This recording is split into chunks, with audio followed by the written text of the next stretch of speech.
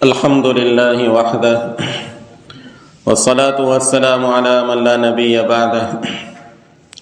اما بعد فاعوذ باللہ من الشیطان الرجیم بسم اللہ الرحمن الرحیم ان الذین کفروا من اہل الکتاب والمشرکین فی نار جہنم خالدین فیہا اولئک هم شر البریہ ان الذین آمنوا وعملوا الصالحات اولئک هم خیر البریہ صدق اللہ العظیم۔ بزرگوں اور دوستوں، گزشتہ جمعہ کو انہی دو آیتوں کو بنیاد بنا کر کچھ باتیں آپ کی خدمت میں عرض کی گئی تھی کہ اللہ کی مخلوق میں بہترین مخلوق انسان ہے، اور ان انسانوں میں سب سے بہتر ایمان والے ہیں۔ ایمان والوں کی بہتری وہ ان کی روحانی اور اخلاقی اقدار کی بنا پر ہے۔ اللہ کے یہاں ظاہری ٹیپ ٹاپ کی کوئی حیثیت نہیں، روح کے اعتبار سے، بدن کے اعتبار سے اور دنیا کے اندر رہنے کے اعتبار سے دنیا کے تمام انسان برابر ہیں۔ ایک وہ آدمی جو ایمان والا ہو اور ایک وہ آدمی جو ایمان والا نہ ہو، دونوں کے بدن میں، باڈی میں اللہ نے کوئی بھید بھاؤ نہیں رکھا ہے، اور دونوں کو دنیاوی اعتبار سے نوازنے میں اللہ نے کوئی بھید بھاؤ نہیں رکھا۔ سورج، چاند، ستارے، بادل، بارش، درخت، پھل، کھیتیاں، یہ سب دونوں قسموں کو برابر کا فائدہ پہنچا رہی ہے۔ لیکن اور پھر رہن سہن کے اعتبار سے بھی دیکھنے جائیں تو دونوں کے مکانات، دونوں کے رہن سہنے کا طرز اور دوسرے دنیاوی طور طریق ہیں، ان میں دونوں بظاہر برابر ہیں، لیکن اس کے باوجود اللہ پاک نے ایک کو کہا اولئک هم شر البریہ، کہ اللہ کے مخلوق میں بدترین مخلوق ہے یہ، اور دوسرے کے بارے میں کہا اولئک هم خیر البریہ، کہ اللہ کے مخلوق میں سب سے عمدہ مخلوق اگر کوئی ہے تو یہ ہے۔ پھر میں نے یہ بات بھی عرض کی تھی کہ اصل بنیاد جو ہے خیر البریہ ہونے کی اہل ایمان کی، وہ ہے ایمان اور اعمال صالحہ، ان الذین آمنوا وعملوا الصالحات۔ اور جو بدترین مخلوق ہے ان کے بدتر ہونے کی وجہ ان الذین کفروا، کہ وہ اپنے خالق کے منکر، خالق کی نعمتوں کو برابر برت رہے ہیں۔ خالق نے ان کو وجود دیا، خالق پیدائش سے لے کر موت تک ان کے سارے اسباب کا انتظام کرتا ہے، اللہ پاک ان کی ساری ضرورتوں کو پوری کرتا ہے۔ دنیا کے اندر اللہ کی جتنی مخلوق ہے انسان کے علاوہ سب ان کے تابع کر دی، لیکن اس کے باوجود وہ زندگی گزارتے ہیں خدا کے باغی بن کر، کہ قانون وہ جو چلے گا ہمارے اوپر، جو ہمارا جی چاہے گا، جو ہم کچھ عقل مند جمع ہو کر طے کریں گے وہی زندگی کا قانون ہوگا۔ تو اللہ کے باغی، کھانے والے اللہ کا، اور وجود ان کو اللہ نے دیا، اللہ کی ساری نعمتوں سے وہ فائدہ اٹھاتے ہیں، ایک ایک کروٹ کے اندر اللہ کے محتاج ہیں وہ، لیکن اس کے باوجود خالق کے باغی بنے کہ ایک اللہ کی وحدانیت کا انہوں نے انکار کیا، اور ان نعمتوں کا اللہ کی طرف سے ہونے کو انہوں نے تسلیم کرنے کے باوجود اس کا شکر ادا نہیں کیا، خالق کو مانا نہیں، اور اگر مانا بھی تو خالق کی مانی نہیں بلکہ اپنی من مانی کو زندگی گزارنے کا گویا ایک اسلوب اور طریقہ اور اصول بنا دیا کہ جو ہمارا جی چاہے گا وہی کریں گے۔ اس کے باوجود اللہ کے جو ایمان والے بندے ہیں، بظاہر بدن کے اعتبار سے ان میں اور کافروں میں کوئی فرق نہیں، لیکن روحانی اور اخلاقی اقدار کی بنا پر زمین و آسمان کا فرق ہے، اور اللہ کے وہ محبوب بندے بن گئے اور اللہ کے وہ چہیتے بندے بن گئے کہ جس کی وجہ سے اللہ نے ان کی تعریف کرنے کے ساتھ ساتھ ان کے اچھے بدلے کی قرآن و حدیث میں جا بجا وضاحت کی۔ ان جزاؤہم عند ربہم جنات عدن تجری من تحتها الانہار خالدین فیہا ابدا رضی اللہ عنہم ورضوا عنہ، اللہ ان سے وہ راضی ہو گیا، وہ خدا سے راضی ہو گئے۔ یہ ایمان والے بندے اللہ کے یہاں سب سے بہتر۔ اب ظاہر ہے کہ دنیا کے انسان اگر یوں کہے کہ بھئی ہمارے پاس ظاہری ٹپ ٹاپ ہے اور ہمارے پاس دنیاوی مال و دولت ہے، ہمارے پاس زندگی گزارنے کے سارے اسباب ہیں، اس وجہ سے ہم بہتر، اور مسلمان عامتاً ہر زمانے کے اندر ان ظاہری اسباب میں کمزور رہے ہیں، وہ دنیاوی ریل پیل جو اللہ کے دشمنوں اور اللہ کے باغی بندوں کو اللہ کے دیتا ہے، وہ عام طور پر مسلمان اس میں کمزور ہوتے ہیں اور اس اعتبار سے ان کو گھٹیا سمجھا جاتا ہے۔ لیکن قرآن کہتا ہے نہیں، اولئک ھم خیر البریہ، وہ بہترین بندے ہیں، کیونکہ وہ ایک اللہ کو مانتے ہیں، جس خالق نے ان کو وجود دیا اسی کے گن گاتے ہیں، جس خالق نے ان کو وجود دیا ان کے محلوں سے صبح کی اذانوں میں اسی اللہ کی بڑائی کا اعلان ہوگا، جس خالق نے ان کو وجود دیا اسی کے سامنے اپنا سر جھکائیں گے۔ اللہ پاک نے ان کو پینے کے لیے بہترین چیز بابرکت جو پانی دیا، زمزم دیا، حلال جانور دیے، وہ ان سے فائدہ اٹھاتے ہیں، اور ایک طرف وہ قوم کہ جو صبح اٹھتے ہی غیر اللہ کے گن گائے، غیر اللہ کی پرستش کرے، پینے کے اندر کوئی تمیز نہ رکھے، جو ان کا جی چاہے پی لے، جس کو مقدس سمجھنا چاہے وہ سمجھ لے، اگر عبادت کرنے کی بات آئے تو جانور تک کی پرستش کر لے، پینے کی بات آئے ان کا جی چاہے اپنی خواہشات کے مطابق جانوروں کے پیشاب کو متبرک سمجھ لے۔ ظاہر ہے کہ پھر ایسے بندوں کے متعلق اگر یوں کہا جائے ان کے مقابلے کے اندر کہ جو زمزم پینے والے، جو حلال جانوروں کا گوشت کھانے والے، جو ایک خدا کی پرستش کرنے والے، جو ایک خدا کے سامنے جھکنے والے، جو ایک خدائی قانون اور ضابطے کو گلے لگانے والے، اپنی خواہشات کے مطابق نہیں اللہ کی فرمودات اور احکام کے متعلق زندگی گزارنے والے ہیں، ان کو یہ حق کیوں نہیں ہوگا کہ وہ اپنے آپ کو بہتر کہیں اور وہ بہتری کا خیال رکھیں اور وہ ڈنکے کی چوٹ جو ہے وہ کہیں کہ اللہ نے ہم کو اپنی تمام مخلوق کے اوپر فضیلت دی ہے۔ یہ حق ہے ایمان والوں کو کہنے کا کہ اللہ نے ہم کو تمام مخلوق کے اوپر فضیلت دی ہے، اور اللہ نے ہمیں بہترین چیزیں عطا کی، کھانے کے لیے حلال چیزیں عطا کی، پینے کے لیے پاکیزہ مشروبات اللہ نے عطا کیے۔ اللہ نے دیا تو سب کچھ، لیکن جنہوں نے اپنی خواہشات کے اوپر چل کر ناپاک کو بھی اپنا لیا، حرام کو بھی اپنا لیا، ظاہر ہے کہ وہ خیر البریہ کہلانے کے مستحق کہاں ہوں گے؟ ہاں وہ بندے جنہوں نے ایک ایک چیز میں تمیز کی، حلال کو اپنایا، حرام کو چھوڑا، پاکیزہ کو اپنایا، ناپاک کو چھوڑا، رب کو اپنایا، رب کے علاوہ کو جو ہے وہ چھوڑا، ظاہر ہے ان کو یہ حق کیوں نہیں ہوگا کہ وہ یوں کہیں کہ ہم اللہ کی مخلوق میں بہترین مخلوق ہیں اور ہم اللہ کے بہتر بندے ہیں۔ لیکن جیسے میں نے کہا تھا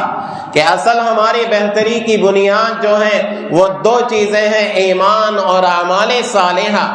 آج دنیا کے اندر مسلمانوں کو، اہل اسلام کو گھٹیا سمجھا جا رہا ہے، بلکہ ہمت کر کے یہ کہنے لگے کہ بھئی تم جو اپنے آپ کو بہتر سمجھتے ہو، یہ بہتر سمجھنے کا خیال چھوڑ دو، اپنے آپ کو اچھا کہنے کا خیال چھوڑ دو۔ آخر یہ ہمت کیوں ہوئی؟ آخر اس میں ہمارا بھی کچھ قصور ہے کہ نہیں؟ ہمیں ذرا اپنے گریبان کے اندر منہ جھانک کر دیکھنا ہوگا کہ وہ اخلاقی قدریں اور وہ روحانی نعمتیں، وہ ایمان اور اعمال صالحہ جس کی بنیاد پر ہمیں اللہ کی بہترین مخلوق کہا گیا، وہ ہمارے اندر کتنے فیصد موجود ہیں؟ ہم دیکھیں اپنے محلوں کو، ہم دیکھیں اپنے بچوں کو، ہم دیکھیں اپنے نوجوانوں کو، ہم دیکھیں اپنی مستورات کو، ہم دیکھیں اپنے نوجوانوں کو، ادھیڑ عمر والوں کو، ہم دیکھیں ہمارے معاملات کو، ہم دیکھیں ہماری معاشرت کو. کیا ہم نے کوئی ایسی چیز یا شان امتیازی باقی رکھی ہے کہ ہم آنکھ اٹھا کے کہہ سکے، سر اٹھا کے کہہ سکے کہ ہاں ہمارے اندر یہ خرابی نہیں ہے؟ ہمارے بچے سے لے کر اخیر عمر تک کے پورے سارے کے سارے جتنے گروہ ہیں ان کے اوپر ہم نظر دوڑا لیں کہ اخلاقی قدریں ہمارے اندر کتنی موجود ہیں، ایمانیات کے اندر ہم کتنے مضبوط ہیں. ہمارے بچے اور غیروں کے بچوں میں کیا کوئی فرق رہا ہے کہ جس سے سمجھ میں آئے کہ یہ مسلمان بچہ ہے اور یہ غیر کا بچہ ہے؟ ایک بچہ ہمارے معاشرے کو اگر ہم دیکھتے ہیں تو ظاہر ہے کہ وہ بچے جس قسم کے کھیل کھیلیں گے غیروں کے، وہی بچے ہمارے بھی کھیل کھیلیں گے. کوئی حلال و حرام کی کوئی تمیز نہیں ہوگی. ہمارے معاشرے کے اندر دیکھیے کہ ہمارے بچوں کی زبان کے اوپر جو لا الہ الا اللہ ہونا چاہیے، السلام علیکم ہونا چاہیے، ایک دوسرے کا بڑوں کا اکرام ہونا چاہیے، ہمارے بچوں کی زبان کے اوپر بات بات پر گالی ہم کو سنائی دے گی. ایک استاد کے پاس سے بچے مدرسے سے نکلے،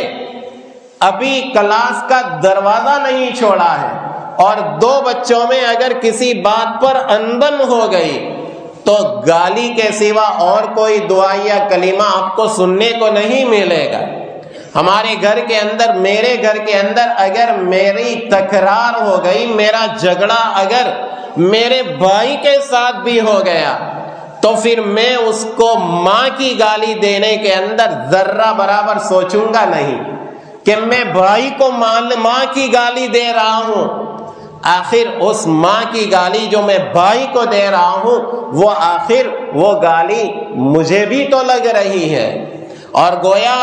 میں اپنی زبان سے اپنی والدہ کو، اپنی ماں کو جس کے کوکھ سے میں نے جنم لیا، اس کو گالی دے رہا ہوں.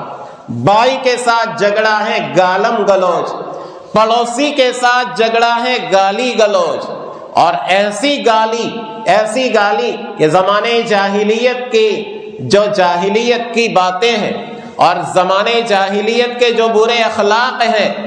ان تاریخ کے اندر ایسی گالیاں آپ کو نہیں ملے گی جو ہمارے یہاں رائج ہے. ذرا ہم سوچیں ان گالیوں کے اوپر کہ جو ہمارے یہاں اس کا رواج ہے کہ وہ گالی کا مطلب کیا ہوتا ہے. وہ گالی کا مطلب جو ہے وہ اگر آدمی سوچے اور دیکھے کہ اس کا کتنا خطرناک مطلب ہوتا ہے اور کتنی غلط بات اپنی زبان سے ہم نکال رہے ہیں، ذرا سوچے آدمی تو آدمی ہکا بکا رہ جائے گا کہ میں اپنی زبان سے یہ بات کہہ رہا ہوں. کبھی ماں کی گالی دے رہے ہیں، کبھی بہن کی گالی دے رہے ہیں، کبھی باپ کی گالی دے رہے ہیں، اور اس کو ہم ایسے جو ہے وہ کیا ہے اس کا رواج ہے جیسے ہم آپس کے اندر خوشی کے موقع کے اوپر ایک دوسرے کو دعائیہ کلمہ جزاک اللہ، الحمدللہ، اللہ آپ کو خوش رکھے، ایسی دعائیہ کلموں کی طرح ہماری معمولی سی ناراضگی ہو جائے یا معمولی سی تکرار جو ہے وہ ہو جائے تو پھر ہم پورا گالیوں کا ہار اس کو پہنا دیتے ہیں. اب سوچتے نہیں کہ بھائی میں کیا ہوں اور میری زبان سے جو کلمہ نکل رہا ہے وہ کیا ہے، میں کس کو گالی دے رہا ہوں اور کس قسم کی گالی دے رہا ہوں. حضور اکرم صلی اللہ تعالی علیہ وسلم نے ارشاد فرمایا لیس المؤمن بلعان ولا طعان ولا فاحش ولا بذی، او کما قال علیہ الصلاۃ والسلام، کہ مومن لعن طعن کرنے والا، فحش گو، بے شرمی کے الفاظ کہنے والا، اور اسی طریقے سے تانا دینے والا، ٹونٹ مارنے والا اور بدگو بری باتیں کہنے والا نہیں ہوتا ہے. بیس الاسم الفسوق، قرآن کریم کے اندر ہے وَلَا تَنَابَزُوا بِالْأَلْقَابِ، کہ ایمان والو ایک دوسرے کو برے لقب سے پکارا مت کرو. اور اس کا بھی ہمارے عام رواج ہے، معمولی سا جو ہے وہ کسی کے اندر کوئی عیب ہو، معمولی سی کوئی کمی ہو، ہم اس کا نام بنا دیتے ہیں، لنگڑا، بہرا، اندھا، جو ہے لمبا، فلانا فلانا، مختلف قسم کے القاب سے ہم نوازتے ہیں۔ وَلَا تَنَابَزُوا بِالْأَلْقَابِ، اللہ فرماتے ہیں ایک دوسرے کو برے القاب سے پکارا مت کرو۔ بِئْسَ الِاسْمُ الْفُسُوقُ بَعْدَ الْإِيمَانِ، اس کا ایک مفہوم تو یہ بیان کیا گیا ہے کہ تم جب ایمان لائے، اب مومن بن کر گناہ کا کام کرو، تو مومن بن کر گناہ کا نام لگنا یہ کیا ہی بری بات ہے۔ بِئْسَ الِاسْمُ الْفُسُوقُ بَعْدَ الْإِيمَانِ، ایمان کے ساتھ تمہارے نام کے ساتھ یہ لگے کہ یہ چور ہے، یہ جھوٹا ہے، یہ دھوکے باز ہے، یہ سود خوار ہے، یہ ستانے والا ہے، یہ ظلم کرنے والا ہے۔ بِئْسَ الِاسْمُ الْفُسُوقُ بَعْدَ الْإِيمَانِ، ایمان کے بعد برائی کا نام لگنا ہی برا ہے۔ اور دوسرا مفہوم یہ بتلایا گیا ہے کہ اس کا تعلق آگے سے ہے، وَلَا تَنَابَزُوا بِالْأَلْقَابِ، برے لقب سے ایک دوسرے کو پکارا مت کرو۔ بِئْسَ الِاسْمُ الْفُسُوقُ بَعْدَ الْإِيمَانِ، ایک آدمی مومن ہے، مومن کے ساتھ کیسے برا لقب کسی کے ساتھ لگ سکتا ہے، یہ مفہوم بھی اس کا بیان کیا گیا ہے۔ تو یہ ہم اپنے معاشرے کو ذرا دیکھیں کہ ہمارے بچے کی زبان کے اوپر گالیاں ہی گالیاں، باتوں باتوں کے اندر گالیاں، اور پھر اس کا احساس ہی نہیں ختم۔ گناہوں برائی کا، اصل میں برائی کا سب سے بڑا نقصان تب ہوتا ہے کہ جب کہ برائی کے برا ہونے کا احساس ختم ہو جائے۔ ایک آدمی کو کوئی بیماری لگ گئی، اس کو پتا ہے کہ یہ بیماری مجھے لگی ہے اور یہ بیماری بڑی خطرناک ہے، یہ میرے جسم کو تباہ کرنے والی ہے، تو اگر اس کو پتا ہے کہ یہ بیماری ہے تو یہ بیماری اس کو ہلاک کر دے، اس سے پہلے اس کے علاج کی طرف متوجہ ہوگا کہ بھائی مجھے اس کا علاج کرانا ہے۔ لیکن اگر وہ بیماری کو بیماری سمجھتا ہی نہیں ہے تو پھر یاد رکھیے وہ بیماری اس کو چند دنوں کے اندر ہلاک کر کے رکھ دے گی۔ اگر گناہ کے اندر ہم مبتلا ہیں، ہمارا معاشرہ مبتلا ہے، باتوں باتوں میں گالی گلوچ کی یہ بری عادت کے اندر مبتلا ہے، لیکن حد تو یہ ہو گئی کہ ہم اس کا زیادہ نوٹس نہیں لیتے ہیں۔ کسی نے ہمارا 2 روپے کا نقصان کر دیا تو اس میں جو ہی ہماری ناک بھویں چڑھ جائے گی، لیکن میرا بیٹا گالی دے رہا ہے، میرا بھائی گالی دے رہا ہے، میرے رشتہ دار ایک دوسرے کو گالی دے رہے ہیں، یہ جو روحانی نقصان ہے اس کا ہمیں احساس بھی نہیں۔ تو اگر سامان لوٹ گیا لیکن لوٹنے کا احساس ہے کہ میں لوٹ گیا، آدمی کوشش کرے گا اور دوبارہ بسائے گا، لیکن لوٹنے کے بعد لوٹ جانے کا احساس ہی نہ ہو، وائے ناکامی، متاع کارواں جاتا رہا، کارواں کے دل سے احساس زیاں جاتا رہا۔ قافلہ اگر لوٹ گیا لیکن قافلے کو یہ احساس ہے کہ ہم لوٹ گئے، تو قافلہ وہ سامان کو لوٹنے کا احساس دوبارہ جو ہے وہ مالدار بنا سکتا ہے، لیکن اگر لوٹ جانے کا احساس ہی نہ ہو تو یہ سب سے بڑا نقصان ہے، مال کے خسارے سے بھی زیادہ بڑا نقصان ہے۔ تو ایک تو گناہ کے اندر ہمارا معاشرہ مبتلا ہے، باتوں باتوں میں گالی گلوچ کے اندر ہم مبتلا ہیں، لیکن ہم اس کا زیادہ نوٹس نہیں لیتے کہ ہمارا معاشرہ اس کے اندر مبتلا ہے۔ ہم پڑوسی کے ساتھ ہمارا کیا معاملہ ہے، معمولی باتوں کے اندر جھگڑا، ہمارے بچوں کے اخلاق، ذرا ہم نے سوچا کہ ہمارے بچوں کے اخلاق کیا ہے، باتوں باتوں میں گالی دے دینا، پڑوسیوں کو ستانا۔ اگر ہمارے یہاں کوئی سواری بیچارے کسی کی کھڑی ہو راستے پر یا کسی جگہ وہ کھڑا رہے تو کھڑی رکھے تو اس کو ایک ٹینشن رہتا ہے، کیونکہ ہمارے بچے بے لگام بچے وہ کچھ اس کی سواری کے اوپر اسکریچ لگا دے، بڑی بیچارے کی قیمتی سواری، اب معمولی سا اسکریچ اس کے ہزاروں روپے کم کر دیتا ہے، اس کے تو ہزاروں کا نقصان ہو گیا، لیکن ہمارا بچہ آسانی سے کبھی کچھ کھیلی لے کر، کبھی پتھر لے کر، کبھی اس کو اسکریچ لگا دیتا ہے۔ کبھی کسی کی سیٹ کے اوپر بلیڈ لگا دیتا ہے. اب ہمیں اس کا احساس بھی نہیں، اور اگر خدا نخواستہ کسی نے شکایت کی کہ آپ کے بچے نے یہ نقصان کر دیا، بچہ ہے، ناسمجھ ہے، بھائی بچہ ہے، ناسمجھ ہے، لیکن اس کا مطلب یہ نہیں کہ آپ تو سمجھدار ہیں. آخر ان بچوں کی تربیت تو ان کے باپوں کے اوپر، ان کے اولیاء کے اوپر ہے. بچہ اگر کسی کا نقصان کر دے تو اس صورت کے اندر یہ نہیں کہ بچہ ہے تو گیا گزرا. اگر میرے بچے نے کسی کا نقصان کر دیا تو اس کے جرم کی بھرپائی، اس کے نقصان کی بھرپائی مجھے کرنی پڑے گی. لیکن مجال ہے ہمارے معاشرے کے اندر کوئی کہہ بھی دے کہ آپ کے بچے نے یہ کیا ہے، نہیں رکھنے کی یہاں سواری، دوسری جگہ رکھنی کی تھی تم کو، ہم پھٹ سے جو ہے یہ جواب دے دیتے ہیں. ذرا سوچے کیا ہمارا یہ جواب اس کے لیے مناسب ہے؟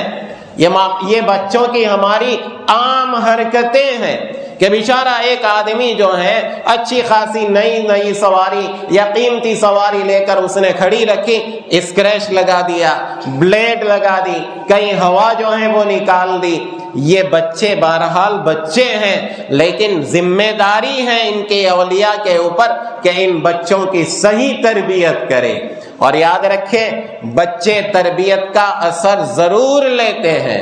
یہ بچے تو کیا سمجھے نہیں، بچے سب کچھ جو ہیں وہ سمجھتے ہیں. آخر یہ ہمارے بچے اگر نہ سمجھ ہیں تو اتنے 5-5 سال کے بچے موبائل چلاتے کیسے ہو گئے؟ اکثروں کے گھر کا یہ المیہ اور یہ شکایت ہے کہ بغیر موبائل دیکھے بچے کھاتے ہی نہیں. وہ بچے اپنا جی چاہی جو ہے وہ جو ان کو جی چاہے گا وہ ایپلیکیشن کھولیں گے اور اس میں سے سب کچھ دیکھیں گے. کیوں؟ یہ ناسمجھ ہے؟ نہیں، یہ ان کو سمجھ ہے کہ اس طریقے سے کھولا جاتا ہے، اس طریقے سے دیکھا جاتا ہے. اگر یہی بچوں کی ہم صحیح تربیت کریں تو انشاءاللہ وہ اچھا اثر بھی ضرور لیں گے. تو خیر، میں یہ بات کہہ رہا تھا کہ جن اقدار کی بنا پر اور جن روحانی قدروں کی بنا پر اس امت کو خیر البریہ کہا ہے، ظاہر وہ اقدار ہمارے معاشرے سے ختم ہو گئی جس کے بنا پر کسی کو یہ کہنے کا حق ہو جاتا ہے کہ تم اپنے آپ کو اچھا سمجھنا اور اپنے کو بہتر سمجھنا چھوڑ دو. محترم دوستوں اور بزرگوں، یہ بڑا المیہ ہے ہمارا، یہ بڑے افسوس کی بات ہے کہ